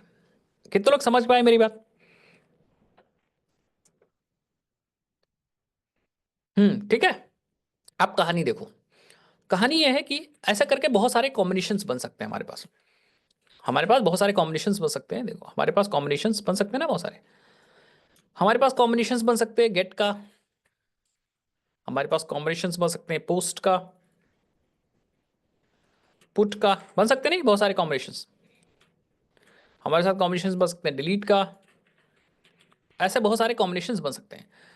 और जब आप प्रोडक्शन में कोई रियल टाइम एप्लीकेशन बना रहे होते हो वहां पे, तो आपको बहुत सारी क्या एपीआईज बनानी होती है, बहुत सारे यूआरएल्स बनाने होते हैं। तो वहां पे आपको बार बार आप गेट पोस्ट आप क्या कर रहे हो, रिपीट कर रहे हो, you have to create lot of jargon. Basically आप जार्गन ही तो बना रहे हो। इसको कोई सिंप्लीफाई करने का तरीका अगर हो तो बेस्ट होगा। तो स्प्रिंग बूट कहता है यस भाई मेरे, हमारे पास सिंप्लीफाई करने का तरीका है। मैं कहूंगा कौन सा तरीका है? अगर कहेगा कि अगर आपको पोस्ट मैपिंग या पोस्ट रिक्वेस्ट करनी है, तो आपके पास एनोटेशन है दैट इज @ पोस्ट मैपिंग। आप थोड़ा आसान लिखो अपना काम, आसान करो अपना काम, और यहां पे आप लिख दो साइन अप। कितने लोग समझ पाए थोड़ा भी? तो अब स्प्रिंग बूट ने और आसान कर दिया है। Spring Boot has combined these two things. The first is actually the request mapping. It has taken this request mapping and it has combined this with the post and created a new annotation called post mapping. तो हमारे पास post mapping है, इसका मतलब अब आपको ये चीज लिखने की जरूरत नहीं है, आपने पोस्ट मैपिंग लिख दिया, इसका मतलब this URL is for post method. आया समझ में? सेम इसने रिक्वेस्ट मैपिंग को गेट से किया तो इसने गेट मैपिंग बना दिया। स्प्रिंग वालों ने बहुत काम किया भाई हमारे लिए। इसको बना दिया पुट मैपिंग। कितने लोग समझ गए मेरी बात? तो आप दोनों में से आप कोई भी यूज कर सकते हो, आपकी मर्जी है। इसको बना दिया डिलीट मैपिंग। ऐसे करके हर एक के लिए एक एनोटेशन दे दिया है। इसका मतलब अब आपको ये लिखने की जरूरत नहीं है। अब आप यहाँ क्या लिख सकते हो, यहाँ पे आप post mapping and then sign up लिख सकते हो, और नीचे ऊपर ये गेट था ना, तो अब आपको ये लिखने की जरूरत नहीं है। अब आप यहाँ पे गेट मैपिंग लिख सकते हो। कितने लोग समझ गए? अभी भी सेम आउटपुट आएगा, बस अब आसान हो गया। इतना लंबा लिखने से बढ़िया है हम छोटा छोटा लिखें, छोटा छोटा। Get mapping, post mapping, put mapping, delete mapping. ठीक है, सो लेट्स सी। ये देखो सेम आउटपुट है। कितने लोग समझ गए मेरी बात भाई? तो बहुत सारे एनोटेशन हो गए, मैंने कहानी कहानी में बहुत सारे एनोटेशन आपको बता दिए, जैसे path variable, request param, request body, get mapping, post mapping, request rest controller, request mapping. बहुत सारे एनोटेशन मैंने आपको बता दिया, धीरे धीरे अभी बताता जाऊंगा काम के हिसाब से। तो मेक श्योर कि आप वीडियो को अच्छे से देखिए, लेक्चर्स को, और नोट्स जो मैं दूंगा उसको भी आप अच्छे से समझिए। ठीक है, अब मेन कहानी पता क्या आती है? हाँ, ऑटो वायर वगैरह तो वो बात की बात है, अभी की बात कर रहा हूँ, एमबीसी की बात कर रहा हूँ सिर्फ। ठीक है, यस। मेन कहानी आती है कि अगर आपके पास कोई और इंफॉर्मेशन आ रही हो, how you can get. Client सिर्फ मेथड ही नहीं भेजेगा, क्लाइंट बहुत सारी चीजें एक्स्ट्रा भी भेजता है। हाँ, कुछ सर्वर पे यूजफुल है, कुछ वो अपने लिए भेजता है, बहुत सारी इंफॉर्मेशन भेजता है। ठीक है, तो जैसे अलग अलग काम के लिए अलग अलग एनोटेशन बनाए गए हैं। हाँ यस, फाइल भी भेजता है। तो फाइल भेजता है, तो फाइल तो नॉर्मल क्वेरी पैरामीटर्स में जाती है। ये देखो फाइल पता है कैसे जाएगी? फाइल आपको जाएगी बॉडी में, एंड बॉडी में फॉर्म डेटा में फाइल जाएगी। यस, फाइल फॉर्म डेटा में जाएगी, और फॉर्म डेटा को हम यहाँ पे रिसीव करेंगे। जितने भी फॉर्म डेटा से रिलेटेड चीजें हैं वो क्वेरी पैरामीटर्स है, रिक्वेस्ट पैराम से ही रिसीव हो जाएंगे यहाँ पे विकास। ठीक है, अभी फाइल अपलोडिंग बताऊंगा तो बताऊंगा, बस आप याद रखो फाइल हमेशा आपके फॉर्म डेटा से ही आएगी और रिक्वेस्ट पैराम से ही रिसीव कर लेंगे हम लोग। ठीक है, ठीक है, समझ गए ना? हाँ, फाइल भी इंपॉर्टेंट है। और भी कुछ चीजें बता देता हूँ, जैसे फॉर एग्जांपल एक एनोटेशन है जो यूज होगा अभी फ्यूचर में। ठीक है, देखो क्या, कभी कभी क्या होता है, कुछ एक्स्ट्रा इंफॉर्मेशन भेजता है, जैसे फॉर एग्जांपल हेडर्स। क्लाइंट बहुत सारी चीजें भेजता है। ये देखो हेडर में, जैसे कौन सा यूजर एजेंट है, ठीक है, बेसिकली क्लाइंट कौन सा है, पोस्टमैन, क्या एक्सेप्ट करना है। ठीक है, तो क्लाइंट क्या करता है, बहुत सारी इंफॉर्मेशन भेजता है सर्वर को, जिससे अपने बारे में वो सर्वर को बता सके हेडर के फॉर्मेट में। होस्ट क्या है, समझे मेरी बात में क्या कह रहा हूं, कनेक्शंस। कितने लोग समझ पा रहे हैं मेरी बात? तो क्लाइंट और भी बहुत सारी हेडर इंफॉर्मेशन भेजता है अपने बारे में बताने के लिए, जैसे यूजर एजेंट कौन सा है। समझे मेरी बात? अब इसको भी फेच करने के लिए हमारे पास एक एनोटेशन है, जैसे फॉर एग्जांपल आप यहाँ पे देखना चाह रहे हो कि यूजर एजेंट कौन सा है, तो यहाँ पे हमारे पास एक रिक्वेस्ट हेडर नाम से एनोटेशन है, और हम यहाँ पे निकाल सकते हैं उस हेडर को, स्ट्रिंग, मैं कहता हूँ एजेंट, एक वेरिएबल ले लो एजेंट, और एजेंट में आप किस हेडर को निकालना चाह रहे हो इसको बता दो, रिक्वेस्ट हेडर को बता दो यहाँ पे। तो जैसे फॉर एग्जांपल अगर आपको यूजर एजेंट चाहिए तो just copy this key and pass it here. तो यूजर एजेंट निकाल कर इस एजेंट में डाल देगा, it will put, request header will put value of this to this. हम इसको यहाँ पे देख सकते हैं, प्रिंट कर सकते हैं। चलो देखते हैं भाई, हम कहेंगे logger dot info user agent and agent. ठीक है, रिफ्रेश कर लो, देखते हैं क्या एजेंट आता है। ठीक है, हाँ, तो हेडर को भी फेच करने के लिए अलग से हमारे पास एनोटेशन है, that is a header, request header. So let's see, हम साइन अप करो जरा। Okay, so let's come here and pass the data. तो हम चलते हैं बॉडी में, हम्म, और रॉ में चलते हैं, क्योंकि डेटा भेजना है तभी तो वैलिड होगी ना रिक्वेस्ट। डेटा हम एक्सपेक्ट कर रहे हैं, yes we got the data. और अगर यहाँ पे देखें तो ये देखो, यूजर एजेंट क्या आ गया, पोस्टमैन रन टाइम, समझ गया ना। अगर यहाँ पे थंडर क्लाइंट होता तो यूजर एजेंट दूसरा आता, मतलब इससे ही पता चल रहा है कि रिक्वेस्ट कौन से क्लाइंट से आ रही है। तो अगर कभी आपको ये प्रोसेस करना पड़ जाए ना बैकएंड में, तो ये भी आप कर सकते हो प्रोसेस, नहीं है समझ में।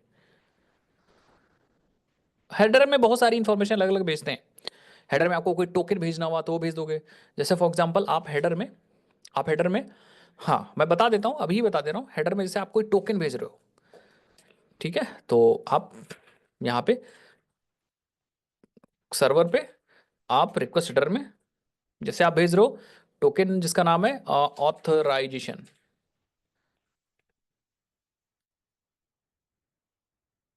टोकन, ठीक है, कॉमा लगा दो। इस टोकन को आप यूज करने वाले हो तो ये टोकन आप भेज सकते हो यहाँ पे, ठीक है। हाँ, टोकन आप यहाँ पे निकाल लो। अब क्लाइंट जब भेजेगा टोकन ऑथराइजेशन में तो आपको मिल जाएगा ये।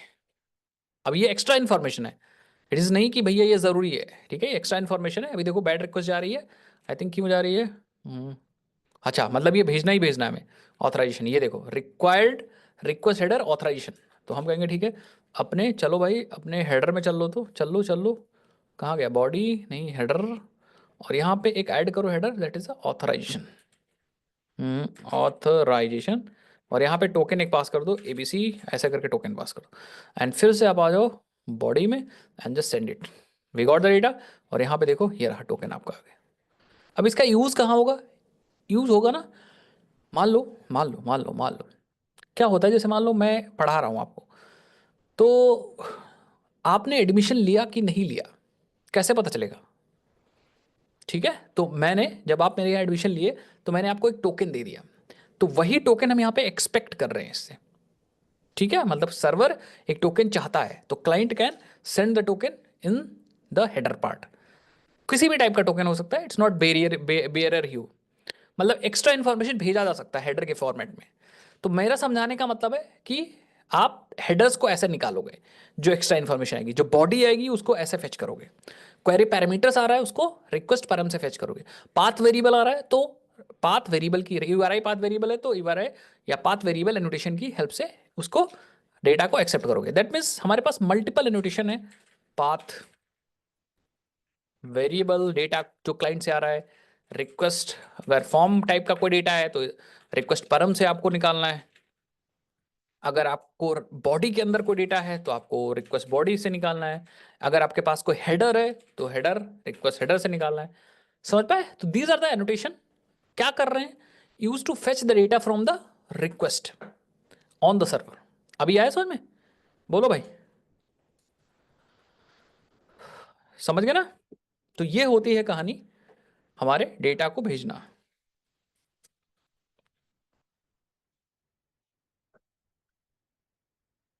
पिछले टर्न पे विकास नहीं थे क्या आप, रिक्वेस्ट पर हम लोगों ने डिस्कस किया था डिटेल में। हाँ, तो आप पिछला लेक्चर जरूर से देखिए भाई, वही चीज पढ़ते रहेंगे तो खत्म नहीं हो पाएगा। आगे बढ़ते हैं,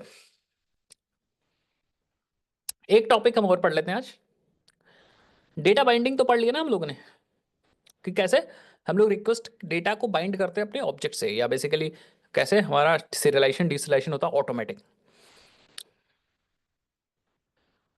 कराएंगे भाई, अभी पहले कॉन्सेप्ट तो सीख लें, बहुत सारा कॉन्सेप्ट है। हम्म हम्म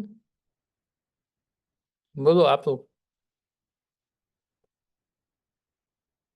हम्म चलो, एक कॉन्सेप्ट और पढ़ते हैं। सवाल बहुत सारे उठ जाते हैं, कैसे कैसे पता है, सवाल ऐसे उठ जाते हैं कि अब हाँ नहीं, इनफ फॉर टुडे नहीं, बस 10 मिनट और दे दो।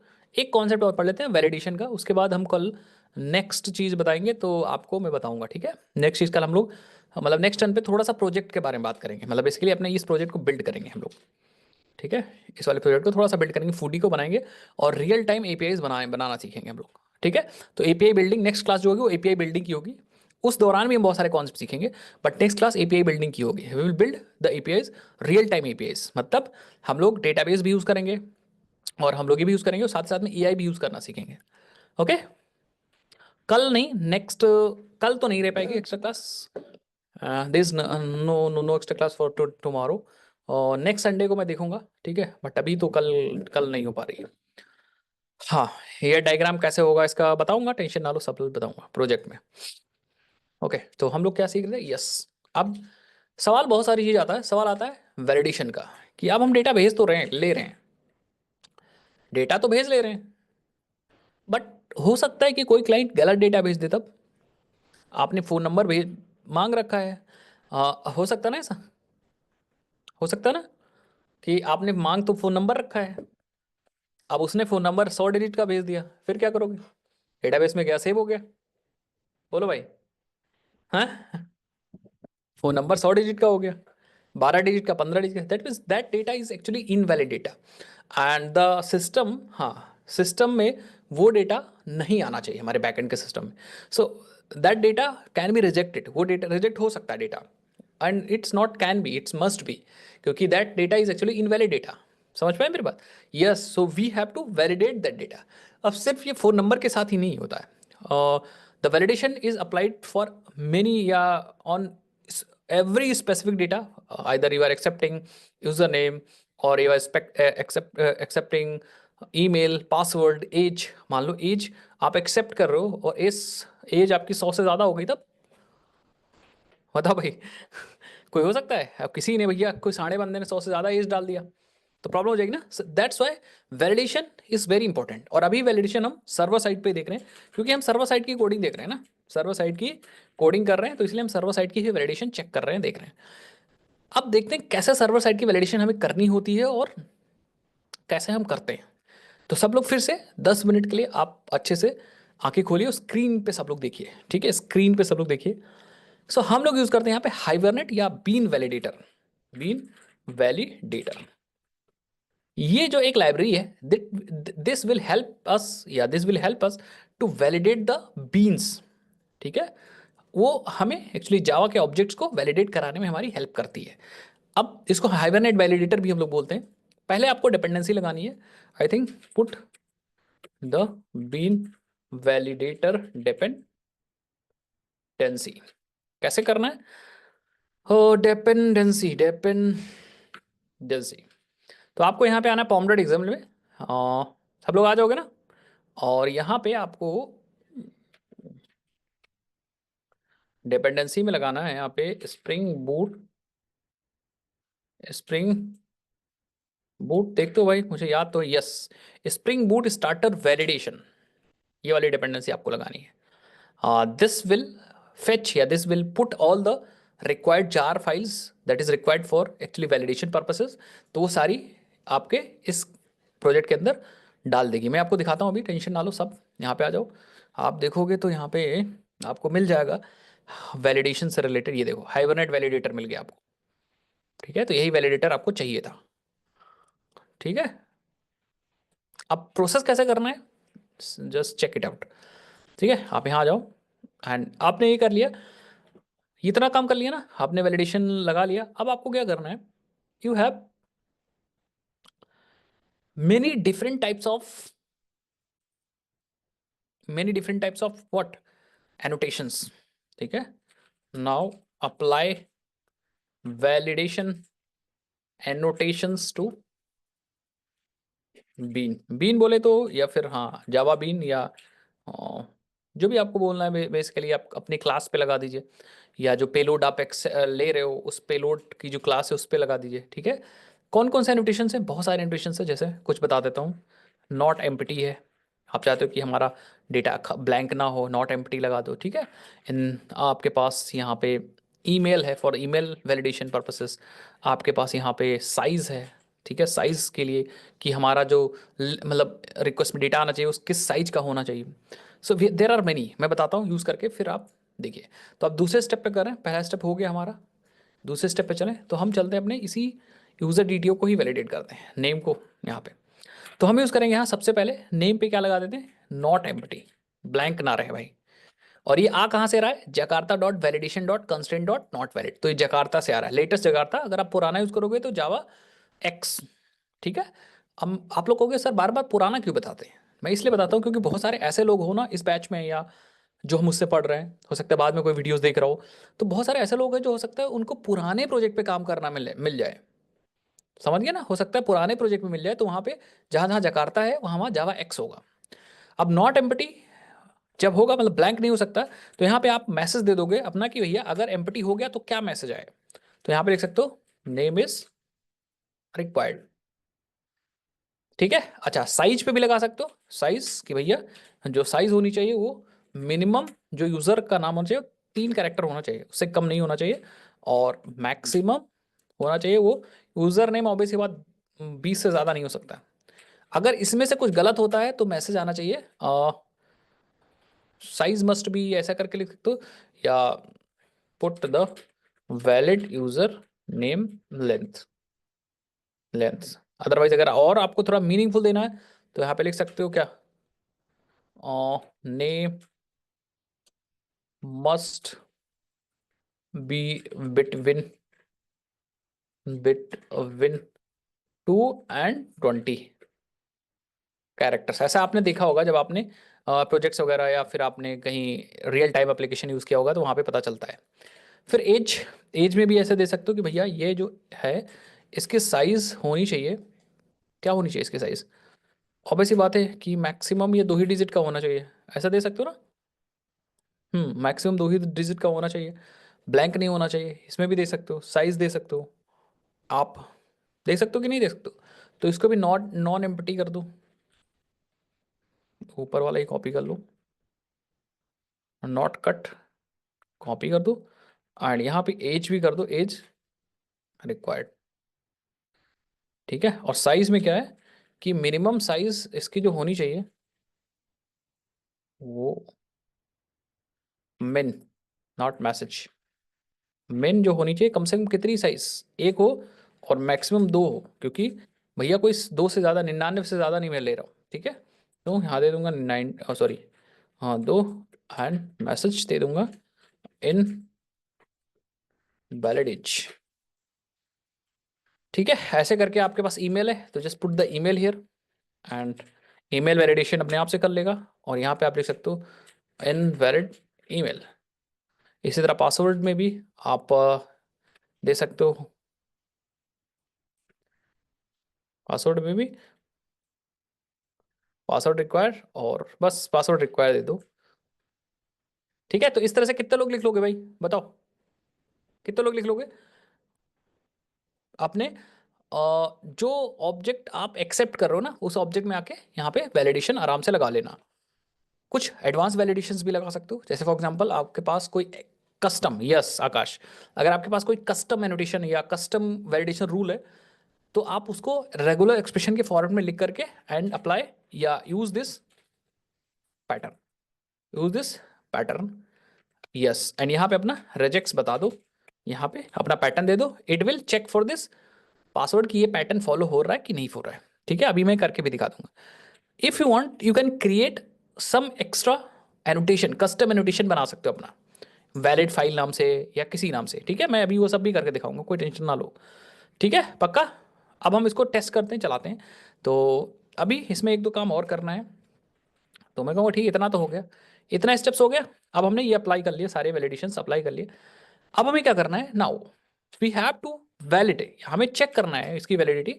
तो हमें अपने कंट्रोलर में जाना होगा जहां पे हम लोग एक्सेप्ट कर रहे हैं डेटा को, ठीक है। वहां जाके और हमें यूज करना पड़ेगा @वैलिड एनोटेशन, एनोटेशन, ठीक है। कैसे देखो, इस एनोटेशन को, इस वाली क्लास को हम कहाँ यूज कर रहे हैं, हम ऑथ कंट्रोलर में डेटा को रिसीव करने के लिए यहाँ पे यूज कर रहे हैं, दिख रहा है सबको। तो बाइंडिंग एक्चुअली यहाँ पे हो रही है, तो before the binding we have to check, तो यहाँ पे हम यूज कर लेंगे वैलिड। कितने लोग समझ गए मेरी बात। तो यही मेन इंपॉर्टेंट है कि उस क्लास को आप यहाँ पे यूज कर रहे थे, तो यहाँ पे आप वैलिड लिखो, तभी वैलिडेशन चालू होगा, अदरवाइज चालू नहीं होगा। ऐसा कुछ सपोर्ट है कि हम रिक्वेस्ट पे जो डेटा ले रहे हैं वो डीबी पे है या नहीं, उसके बाद हाँ बिल्कुल कर सकते हो।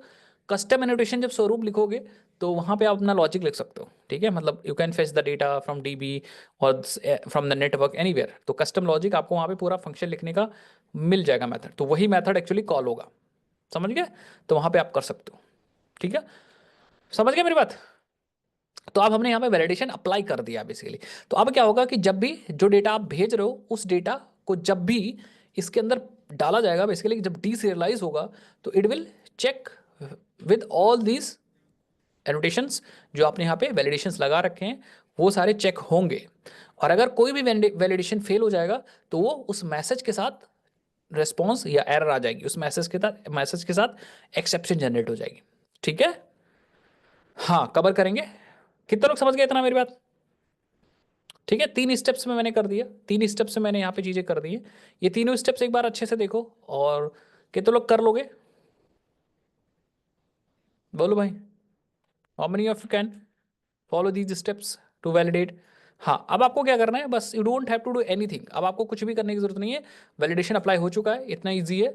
अब अपने प्रोजेक्ट को रन करिए एंड टेस्ट करिए कि वैलिडेशन हो रहा है कि नहीं हो रहा है, ठीक है।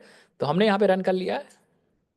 आउटपुट देखने के लिए कंसोल भी है हमारे पास एंड डेटा भी है, ठीक है। कंसोल भी है, डेटा भी है, ये भी है। तो अब हम क्या करते हैं, सबसे पहले हम सही डेटा भेज रहे हैं। तो जब सही डेटा भेजेंगे, कुछ गड़बड़ हो गया पहले से ही, साइन अप पे क्या गड़बड़ हो गया, इंटरनल सर्वर आ रही ना, इसका मतलब कुछ गड़बड़ हो गया। लेट्स सी, कंसोल पे आइए, चेक करिए कहाँ गड़बड़ हुआ है। ये कह रहे हैं no validator found for the constraint size. तो ये देखो, ये एरर दे रहा है कुछ, बेसिकली वो कह रहा है हमें साइज से रिलेटेड कोई वैलिडेटर नहीं मिला। No validator found for the constraint size, validating type integer, check configuration. Okay, तो ये साइज के लिए कुछ वैलिडेटर दिक्कत कर रहा है।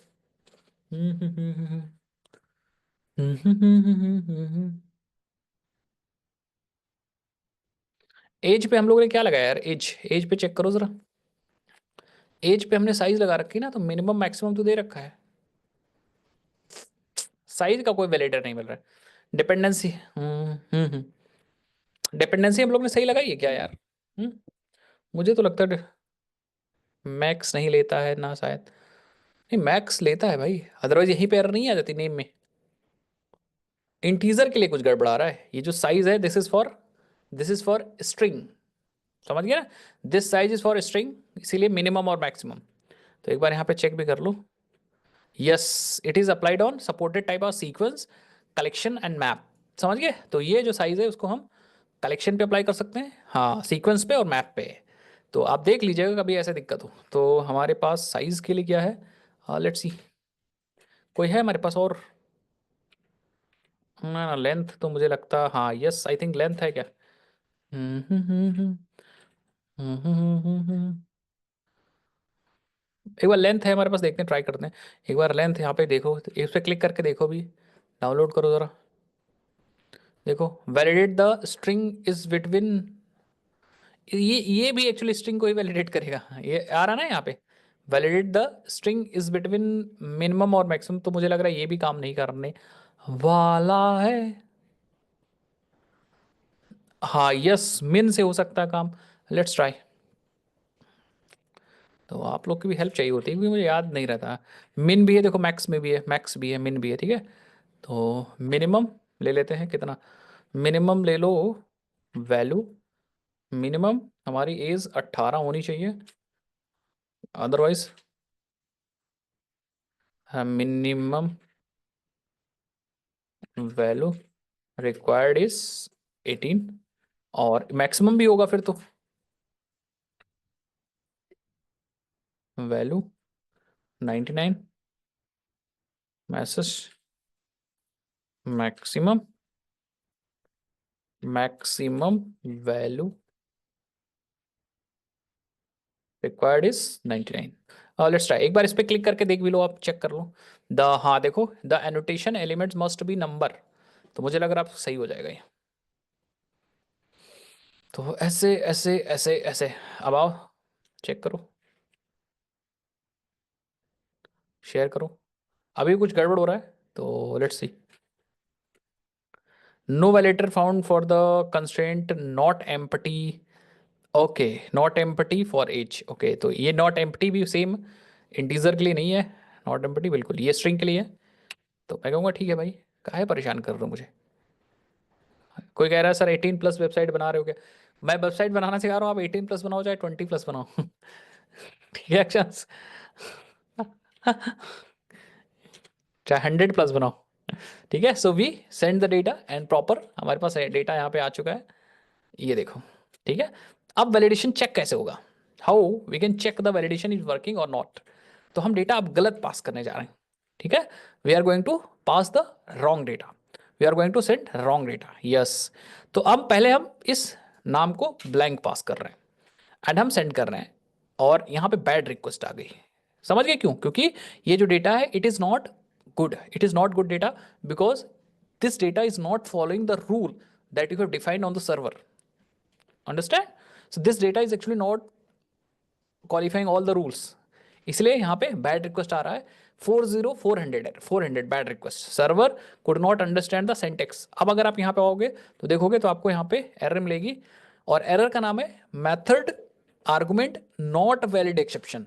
मतलब ये जो आपने आर्गुमेंट यहाँ पे एक्सेप्ट करो ना अपने कंट्रोल के अंदर, ये चीज, ठीक है, this raised the error, method argument not method argument not valid exception. And यहाँ पे आप देखो बता रहा है वैलिडेशन फेल्ड फॉर आर्गुमेंट 0।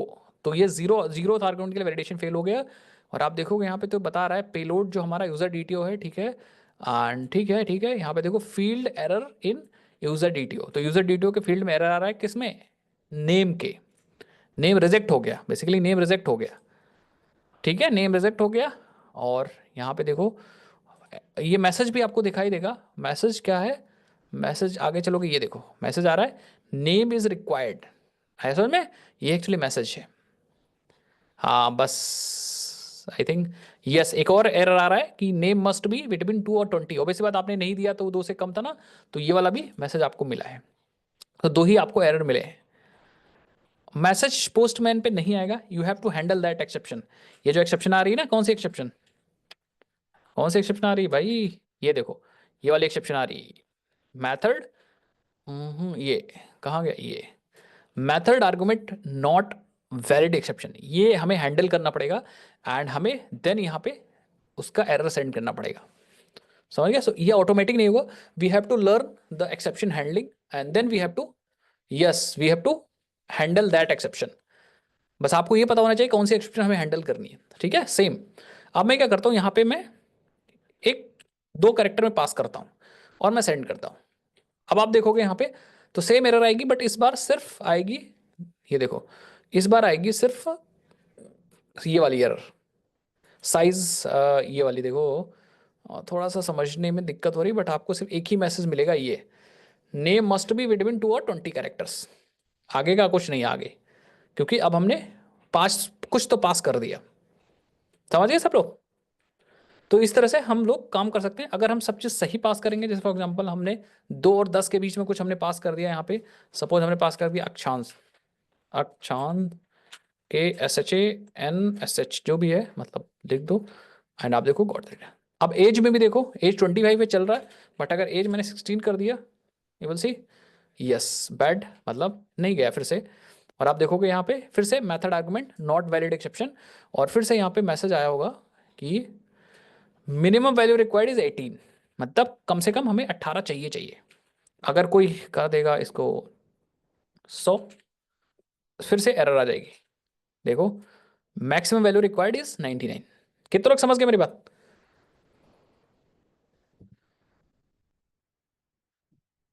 ठीक है, तो इस हिसाब से ठीक है, सेम ईमेल में भी अगर आप सपोज आपने 45 पास किया है, बस भी देयर। ठीक है, अगर आपने ईमेल गलत डाल दिया, सपोज आपने @ नहीं पास किया, तो एरर आ जाएगी इनवैलिड ईमेल, ये देखो इनवैलिड ईमेल। ठीक है, सो ये सारा काम हो जाएगा आपका वैसे ही जैसे हम लोगों ने किया।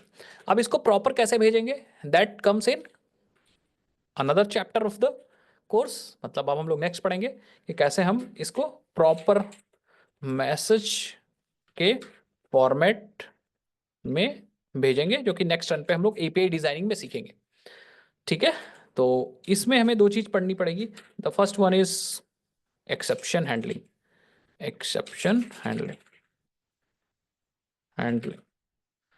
ठीक है, और ग्लोबल एक्सेप्शन हैंडलिंग। देन बाकी हम एपीआई डिजाइनिंग कल कराएंगे, मतलब नेक्स्ट रन पे एपीआई डिजाइनिंग। तो नेक्स्ट रन का सबसे इंपॉर्टेंट चैप्टर होने वाला है, सबसे इंपॉर्टेंट, ठीक है, नेक्स्ट रन का। तो नेक्स्ट टर्न पे जरूर सब लोग रहिएगा, क्योंकि हम लोग एपीआई बनाएंगे और एपीआई डिजाइन करेंगे। ठीक है, चलो, तो आज के लिए इतना रखते हैं, मिलते हैं मतलब नेक्स्ट क्लास के अंदर। सब लोग इतना कर लीजिएगा, और ये प्रैक्टिकल असाइनमेंट आपका यही कि इसको प्रैक्टिकल करके देखिए। तब तक मैं आपके लिए देखता हूँ इंटरव्यू क्वेश्चंस और क्विज। ठीक है, प्रोजेक्ट का काम हम लोग नेक्स्ट क्लास से करना स्टार्ट कर देंगे, एपीआई बिल्डिंग स्टार्ट कर देंगे विद द डेटा इंटीग्रेशन। ठीक है, ये डायग्राम वगैरह सब बता दूंगा आपको, टेंशन ना लो। ठीक है।